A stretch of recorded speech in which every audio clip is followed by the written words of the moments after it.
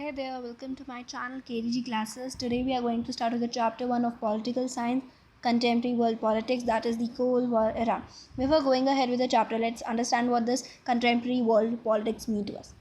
So contemporary world politics का अगर हम time period की बात करें तो it was after 1991, and if we talk about the Cold War ended in the year 1991. So here could you drop a link between these two, that is that the end of the Cold War is usually seen as the beginning of the contemporary era in the world politics, and this is why, and that's the reason we are starting this chapter, okay, in this book. So let's go to the first topic, that is the Cuban Missile Crisis. Before starting this topic, we should know that what was the situation before that. Now have a look to this. Now we are talking about the First World War, which was there in 1914 to 1918, and the Second World War, that is from 1939 to 45. Now we will discuss about the Second World War in detail. In Second World War, there were two powers, that is the Allied and the Axis. In the Allied, there were four countries, that was USA, USSR, Britain and France. And in and in Axis power, there were three countries, that was Germany, Italy and Japan. Now what happened in the Second World War? The Allied power defeated the Axis power and they won the war. And how the Second World War ended? That was ended when USA dropped two atomic bomb on Japanese cities. Okay ये तो हमारा what is cold war वाले topic में अच्छे से हमें समझ में आ जाएगा. अभी हम यहाँ पे ये बात करें कि सेकेंड वर्ल्ड वॉर में ऐसी वाली सिचुएशन थी.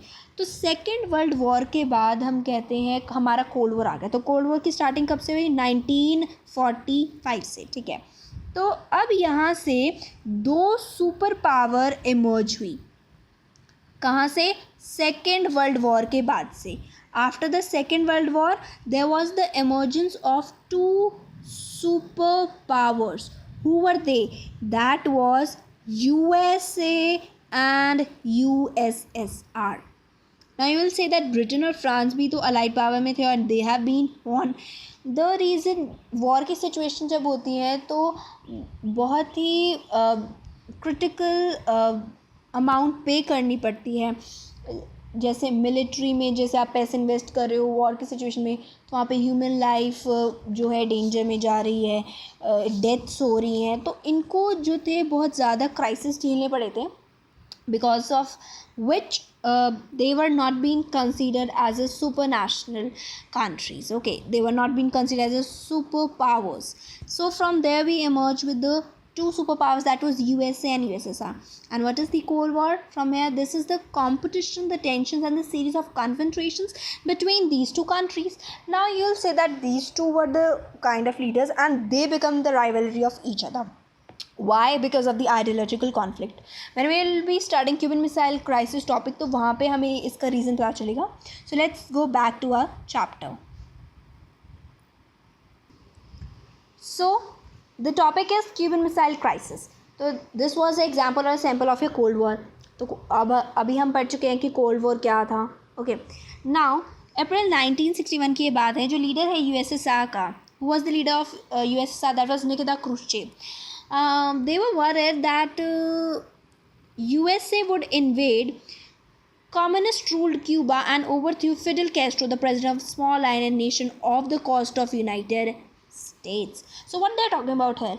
यहाँ पे जो USSR है उसको ये टेंशन हो रही है कि कहीं जो USA है वो इन्वेड ना कर दे माने कि ऑक्यूपाई ना कर ले क्यूबा, जो एक स्मॉल आइलैंड नेशन है near USA. But there will be some reason कि USSR को ऐसा लग रहा है. So what was the reason? Let us see this map and talk about it in detail. So here in this map we could see that Cuba is located here, and where is our USA? USA is this white portion. This is our USA. Okay, now and USSR is somewhere located far away from them. Now जो cold war थी वो क्यों थी, that was because of the ideological conflict, हम पहले भी discuss कर चुके हैं। नाउ जो हमारे यूएसए है that follow the liberal democracy and capitalism ideology, and if we talk about USSR, that was the rivalry of USA, they followed socialism and communism. And Cuba, which is the neighboring country of USA, they were also using the method, the ideology which was used by USSR, that was socialism and communism. तो यहाँ पे इसलिए जो USSR को ये tension थी कि कहीं USA क्यूबा पे अटैक ना कर दे, क्योंकि वो वही आइडियोलॉजी फॉलो करता है क्यूबा जो USSR फॉलो करता है, और इसलिए रीज़न था कि जो USSR है उसको टेंशन थी, तो उन्होंने कुछ स्टेप्स लिए. Who have taken the steps? USSR. Nikita Khrushchev जो वहाँ तब के प्रेसिडेंट थे, उन्होंने क्या किया, he decided to convert Cuba into a Russian base. Now तो उसके लिए इन्होंने क्या किया, 1962 में he place the nuclear missiles in Cuba. Now he was worried कि भाई क्यूबा को ऐसे वो इन्वेड ना कर दे, ऑक्यूपाई ना कर ले, और इसलिए इन्होंने क्या किया, इन्होंने जो है क्यूबा को एक रशियन बेस में कन्वर्ट करना चाहा. इन्होंने मिसाइल्स, वेपन्स जो है क्यूबा को भेजने शुरू कर दिए. Now with this what was the problem with USA? अब आप कहोगे अच्छा ठीक है उन्होंने ऐसे कर दिया तो कुछ USA के साथ प्रॉब्लम होगी, ऑब्वियसली होगी. अब यहाँ पे उसकी जो नियर बाय कंट्री है वो भी वहाँ से अटैक करेगी, और USA जो उसका राइवलरी है वो भी वहाँ से अटैक करेगा जब वॉर की सिचुएशन राइज होगी. तो USA ने ऑब्वियसली कुछ स्टेप लिए होंगे.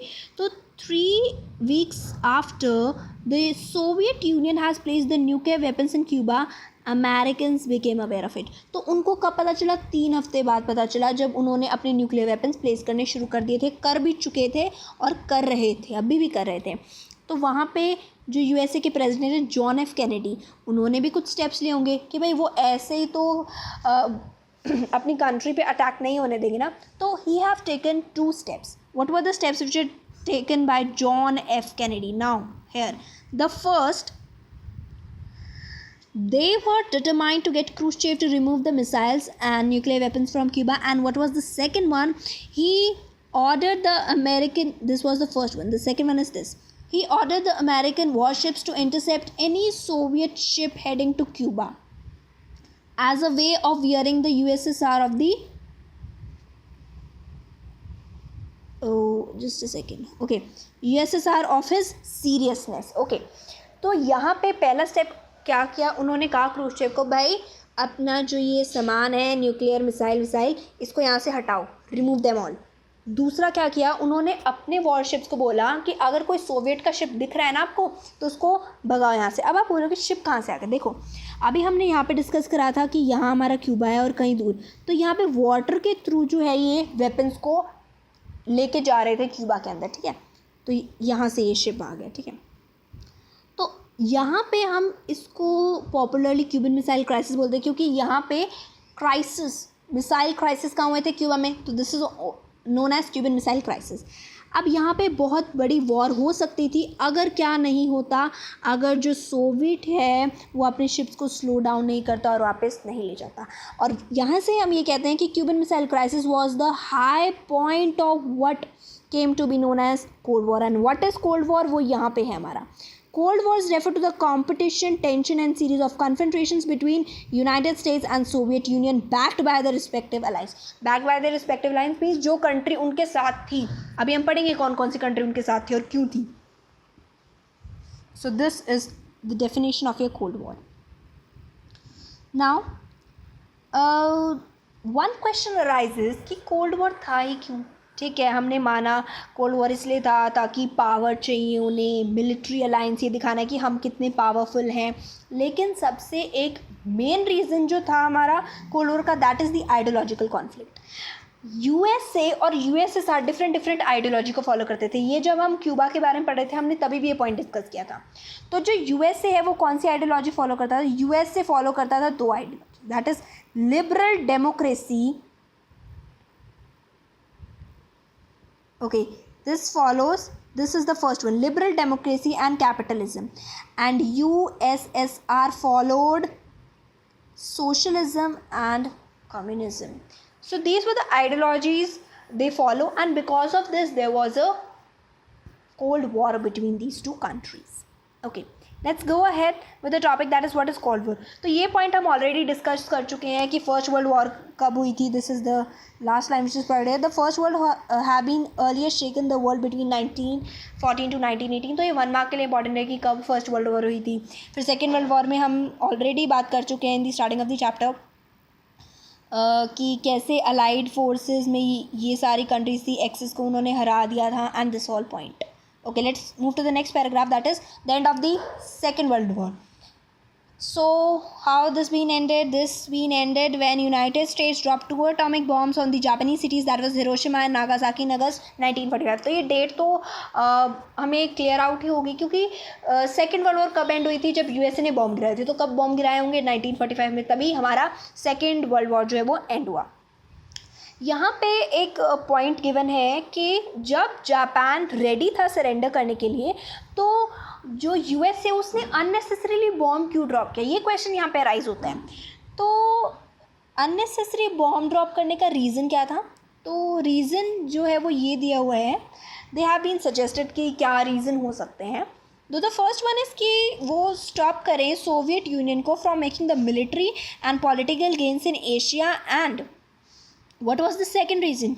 To show Moscow that United States was supreme. So this was the reason that they have been unnecessarily dropped the bomb. Why unnecessarily? Because Japan जो था वो सरेंडर करने आ रहा था, भाई माफ़ी मांगने आ रहा था, ठीक है हमसे गलती होगी, लेकिन फिर भी उसने बॉम्ब गिराए. So that's why this is the reason कि उन्होंने ऐसा क्यों किया, यूएसए ने ऐसा क्यों किया. Then one more point come about here, that is कि जो यूएसए के सपोर्टर कंट्रीज़ थी उन्होंने भी क्यों बोला कि हाँ भाई बॉम्ब गिराना चाहिए. द रीज़न बिहाइंड दैट कि उन्होंने एग्री किया इस पॉइंट पे ताकि वो अपनी राइवलरी को अच्छे से ख़त्म कर सके. मतलब कि जापान उनकी राइवलरी थी सेकेंड वर्ल्ड वॉर के टाइम पे, ताकि वो दोबारा खड़ा ना हो और दोबारा फाइट ना करे, उसको ऐसे हम डिफीट कर दें कि वो दोबारा हमारे सामने खड़ा ना हो. फर्स्ट ऑफ द रीज़न इन्होंने ये दिया. दूसरा ऐसे भी बोलते हैं कि ताकि जो बाकी इनके दुश्मन हैं उनको ये शो अप कर सके कि हाउ पावरफुल वी आर. तो ये पॉइंट हमारा यहाँ पे हम डाल देते हैं. फिर हमारा नेक्स्ट है कि ठीक है कोल्ड वॉर था ऐसे, लेकिन हमने क्यूबन मिसाइल क्राइसिस में भी देखा कि जो दोनों यूएसए और यूएसएसआर थे वो इतनी स्ट्रांगली, मतलब इफ़ दे वर पावरफुल, या no doubt they were powerful, लेकिन वो ऐसे बैक स्टेप क्यों ले लेते थे. जैसे कि फिडेल कैस्ट्रो ने भी ऐसे कोई ओपन धमकी नहीं दी. उन्होंने कहा कि आप शिप्स हटाइए और अपने वॉरशिप्स को बोला कि वहाँ से नहीं लेके जाएंगे, और सोवियत ने भी अपने शिप्स को वापस ले लिया. Some logic, some reason would be there. There was a reason, and what was that reason? There was the logic of deterrence. Now what is this logic of deterrence? Logic of deterrence ये कहता है कि अगर दोनों side powerful है, दोनों side powerful थी तो हमें पता है USA was also powerful, USSR was also powerful.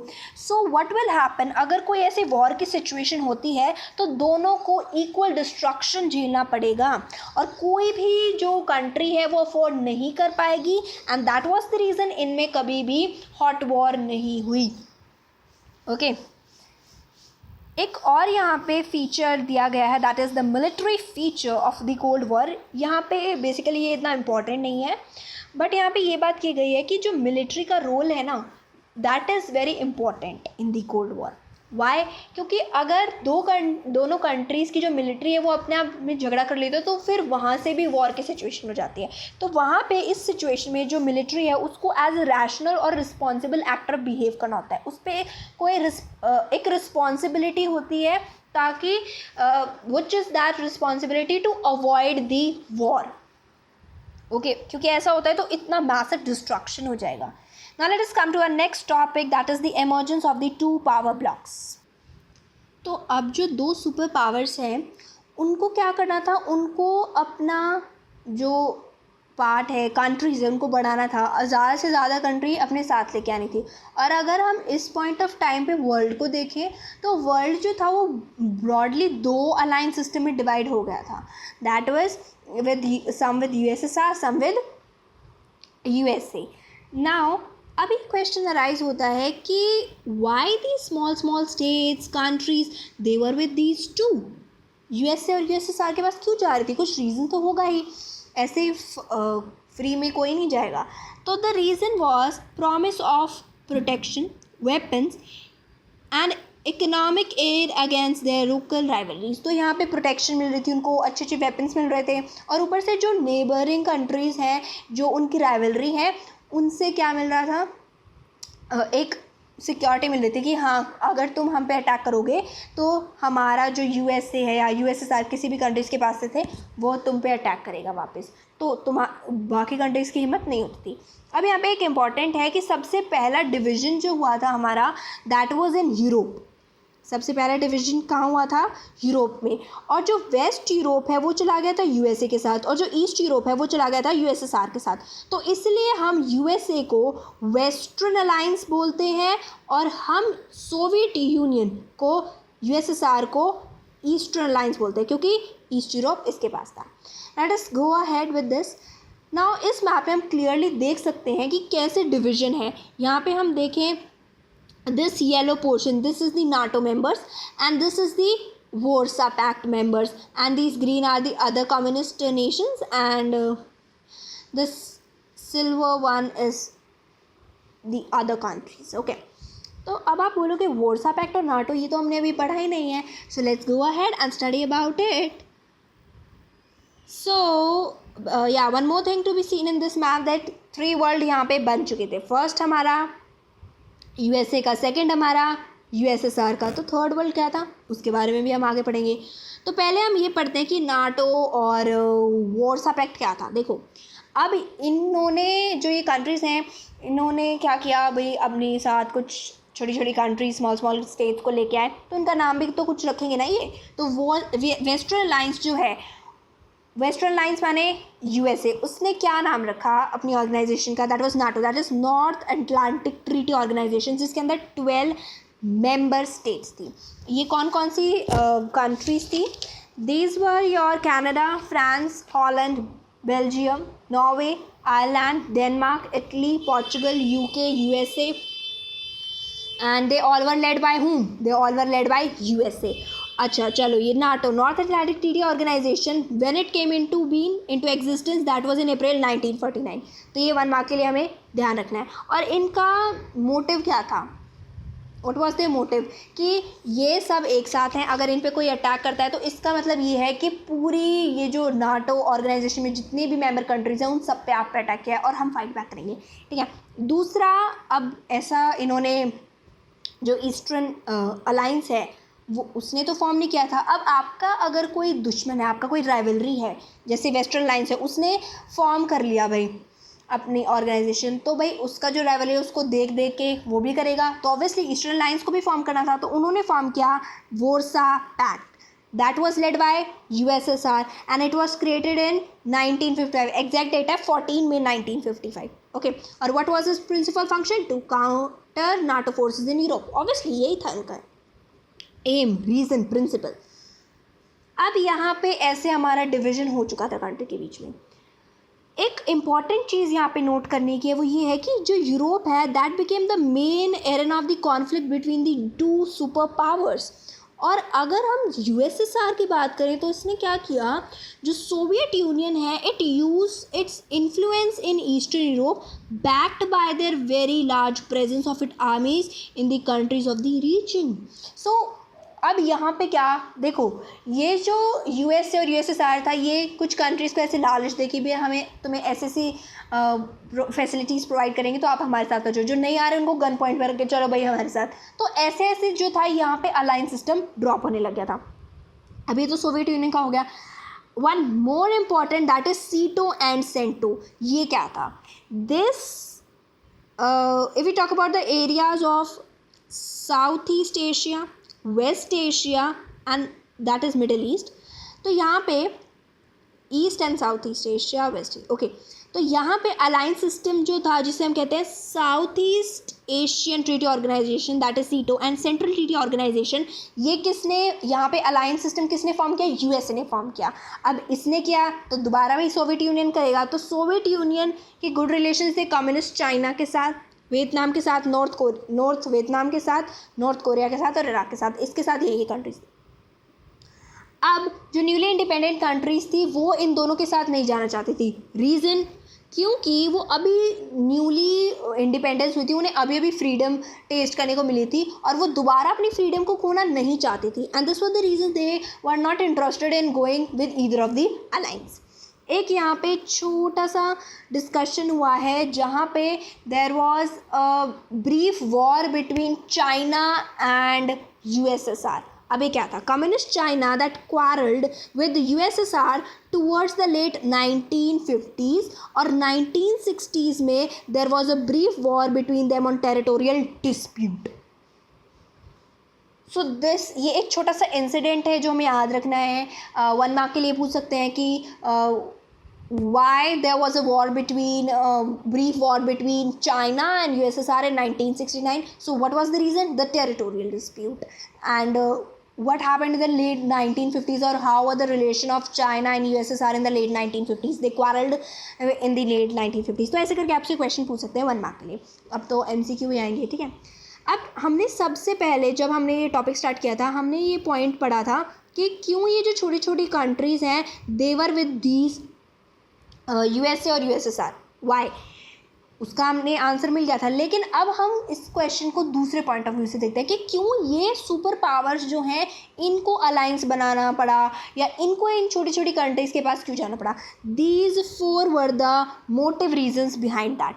Vital resources मिलेंगी, टेरिटोरी मिलेगी जहाँ से वो लॉन्च कर सकते हैं अपने वेपन्स को, ट्रूप्स को, लोकेशन मिलेगी from there where they can like have a look on their rivalry. Then 4, that is economic support that we get from these small countries. Okay, and सबसे important reason, that is the ideological reason, क्योंकि इनके साथ वही countries थी जो इनके ideology को follow करती थी। इनके साथ वो कंट्रीज़ नहीं थी कि तुम जैसे यूएसए है वो कैपिटलिज्म को फॉलो करता है तो कोई सोशलिज्म और कम्युनिज्म फॉलो करने वाली कंट्री को बोले चल आ जा हमारे साथ, कोई नहीं। आइडियोलॉजिकल रीज़न भी था कि जो आइडियोलॉजी फॉलो करते थे वो एक साथ थे और जो सोशलिज्म कम्युनिज्म वाली आइडियोलॉजी फॉलो करते थे वो एक साथ थे। Let us go ahead with the next topic, that is arenas of the cold war. What do you mean by arenas of the cold war? Arenas का मतलब क्या होता है? एरेनास मतलब कि बैटल फील्ड, बैटल ग्राउंड, जहाँ पे युद्ध भूमि जिसे हम कहते हैं हिंदी में, that is our arenas of the Cold War. So there were 5 major arenas of the Cold War. Who were what were they? Let us discuss about them. ये देखो 3 तो तुम्हें यहाँ पे मिल गए डेट के साथ. That is, let me zoom it. Okay. So that is Korea, Berlin, Congo, ये 3 थे. ईयर कोरिया 1950 से 53 तक, बर्लिन 1958 से 62 तक, and Congo early 1960s. These were the major arenas of the cold wars. 2 और है, वियतनाम और अफगानिस्तान, वो नीचे हैं. चलो लेट्स सी अब देम एज वेल, उनको क्यों छोड़े भाई. और अगर हम बात करेंगे यहाँ पे इन एरेनास की, तो ये है कि बिल्कुल कम, ऐसे बोले हम कुछ भी डिस्ट्रक्शन नहीं. There was many of the destructions, बहुत ही ह्यूमन रिसोर्स का यहाँ पे डिस्ट्रक्शन हुआ है, इतनी लाइफ्स गई हैं लोगों की. मतलब कि यार यहाँ पे हम कह सकते हैं कि ब्रीफ वॉर हम बोल सकते हैं, क्योंकि थोड़े कम लेवल पे हुई थी, as a full scale war नहीं हुई थी, लेकिन there was the destruction with these countries as well. Okay, now अब एक क्वेश्चन अराइज होता है कि ये चलो 2 ब्लॉक्स थे, लेकिन जो बाकी की नॉन अलाइंड कंट्रीज थी, नॉन अलाइंड कंट्रीज हमारा तीसरा पॉइंट आता है यहाँ पे. नॉन अलाइंड कंट्रीज वो कंट्रीज थी विच वर नीदर विद द 2 अलाइंसेस. ये तो आ गया ना, अलाइंड सिस्टम था. ओके, तो उनका भी एक बहुत ही मेजर रोल था इस कोल्ड वॉर को कम करने में. और अगर हम बात करें जवाहरलाल नेहरू जी के रोल के बारे में, तो उनका बहुत बड़ा हाथ है इस कोल्ड वॉर को कम करने में. Like he was there always to reduce these conflicts and tensions between these 2 countries. Okay, and many more people were there. जैसे कि यहाँ पे एक UN सेक्रेटरी जनरल का एग्जाम्पल दिया गया है, that he played a crucial role in mediating between 2 Koreas in the Congo crisis. Okay, अब यहाँ पे एक पॉइंट ऑफ व्यू आ जाता है कि अगर इतनी दुश्मनी है तो मिसअंडरस्टैंडिंग भी तो होगी. जैसे कि अगर हम कहते हैं कि फॉर एग्ज़ाम्पल किसी कंट्री में मतलब 2 है, यूएसए है और यूएसएसआर है. अब कोई तीसरी कंट्री आती है और वो यूएसए पे अटैक कर देती है, तो यूएसए को क्या लगेगा, किसने अटैक किया है, यूएसएसआर ने अटैक किया, उसको तो ऐसा ही लगेगा, तो फिर वो वापस से यूएसएसआर पे अटैक कर देगा, फिर यूएसएसआर इन टर्न यूएसए पे अटैक करेगा, तो यहाँ से वॉर की सिचुएशन राइज होगी। तो इन सारी मिसअंडरस्टैंडिंग्स को, इन सारी मिसकैलकुलेशंस को ओवरकम करने के लिए इन्होंने कुछ ट्रीटीज़ को साइन किया। What were that treaties? These treaties ये इंपॉर्टेंट है।